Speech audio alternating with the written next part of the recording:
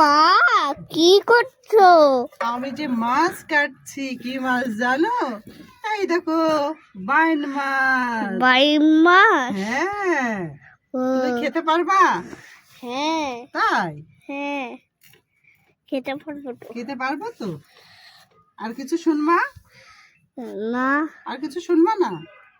এখানে আজকে লাউ দিয়ে, বাইন মাছ দিয়ে, টমেটো দিয়ে, নতুন আলু দিয়ে রান্না করে নিলাম। আমি এখানে বাইন মাছ ভাজতে দিয়ে দিয়েছি।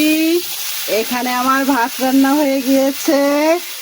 এখানে মাছের জন্য পেঁয়াজ, এখানে টমেটো, আলু, মরিচ, এখানে একটু ধনেপাতা আছে। সিম ভাজি করব, আর মাছে এই লাউ দিব, আর এদিকে এই আলু আর টমেটো দেব, দিয়ে বাইন মাছ ঝোল করব। এই যে এখানে মাছটা ভেজে নিচ্ছি। চুলা যা জ্বলছে, মানে ওর সাথে আমি ভিডিও করতে পারি না। আগে গ্যাসে করতাম, তা মানে যাই হোক একটু বাঁচতাম। আর চুলাতে মানে কোনাতে ভিডিও করব, কোনাতে কি করব, মানে আমি তালই পাই না, জাল ফেলা লাগে। তাও যেমন পারি তেমনই করি।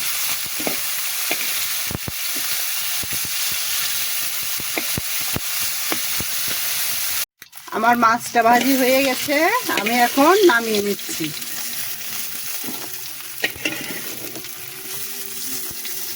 আজান দিয়ে দিল। আবার কারো বলেছে যে আজকে তাড়াতাড়ি ভাত রান্না করতে। তেল দিয়ে দিয়েছি, কালো জিরে আর জিরে তেলের উপর দিয়েছি, দিয়ে এই যে আলু দিয়ে দিলাম। এটা নতুন আলু দিয়ে আর বাইন মাছ দিয়ে রান্না হবে, আর লাউ দিয়ে। এবার একটু পেঁয়াজ দিয়ে দিলাম। পেঁয়াজটা ভাজা ভাজা হোক। আপুরে যে একটু কাজ করালাম, বললাম যে আমাকে একটু। এখানে কাঁচা মরিচও দিয়ে দিলাম, সব ভাজা হয়ে গেছে। এবার লাউ দিয়ে দিলাম।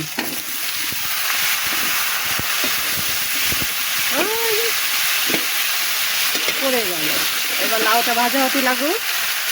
এখানে লবণ আর হলুদ দিয়ে দিলাম, আর কোনো মশলা ব্যবহার করব না। এবার লাউটা ভালোভাবে নাড়াচাড়া করে একটু ভেজে নিয়ে আমি পরিমাণ মতো জল দিয়ে দেব। এবার জল দিয়ে দিলাম। মাছ এটা ভেজে রাখেছিলাম, এবার আমি এই যে ঝোলে দিয়ে দিলাম। দুখনলি হয়ে যাবে, বেশি লাগবে না।